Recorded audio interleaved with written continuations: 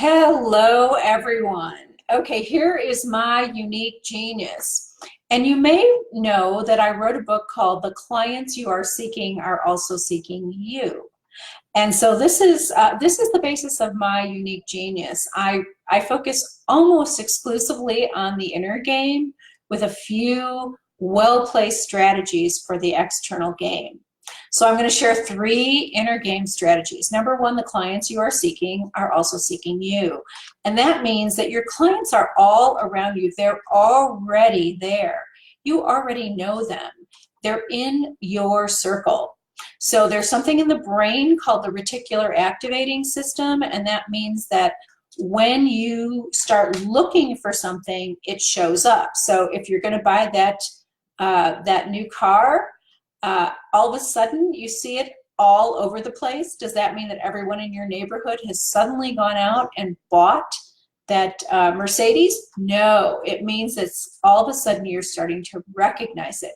So the first thing you need to do is really recognize that those clients are seeking you. And I have a couple quick stories I really want to tell.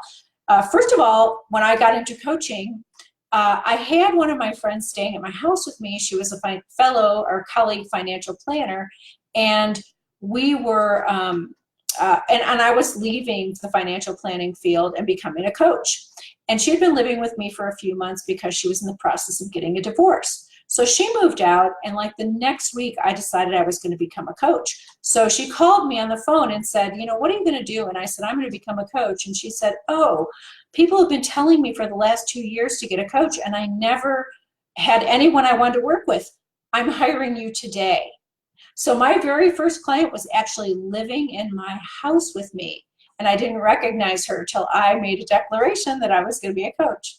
One of my clients, she was working in executive coaching, went to dinner with the couple next door. Turned out that he was the one of the HR directors at Novartis. He said to her, what are you doing? She said, I'm an executive coach. And he said, we need a survey done by an executive coach. And she got hired. So her client was living right next door to her, and he had been there all along. So think about it. Who do you know? Who is there that you could work with? All right, number two, my genius is I designed a concept, excuse me, called essence energy years ago. And you may remember this study, 1972, Albert Moravian, about communication. And he said that only 7% of communication was verbal and 93% was nonverbal. And that nonverbal included like body language, it included tone of voice, inflections, and all kinds of things. I actually have expanded that to think about it probably included energy. Your energy is 93% more effective, and it's leading than what you actually do. So the being rather than the doing. I guess they call it ontological coaching or something. But here's the thing. So everyone has a certain energy that they feel when they are most alive. When you want to, like, you get up on the right side of the bed, or you want to go out and buy a lottery ticket because you feel so lucky. And what is that energy that you can feel in your body?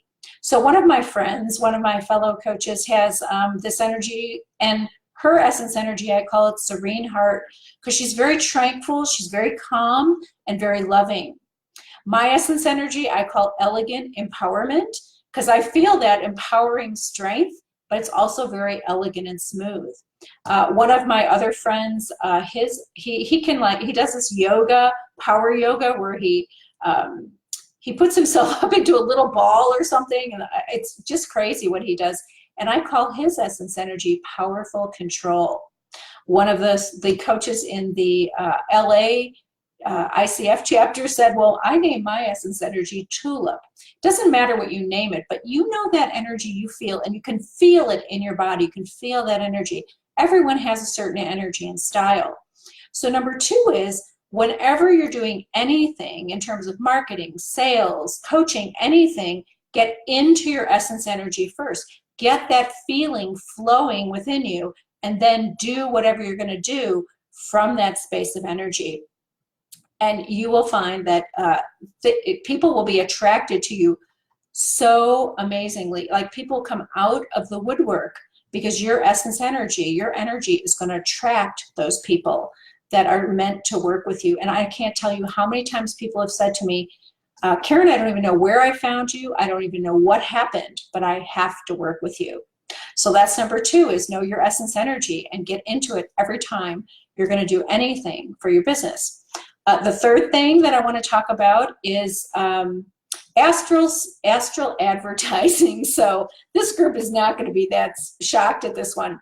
But when I first started coaching, I was doing a lot of speaking engagements. And what I did is every night before I went to bed, I had the intention that my higher self would connect with the higher selves of everyone that was going to be in that room. Because of course, you know, our higher selves know all this long before it happens.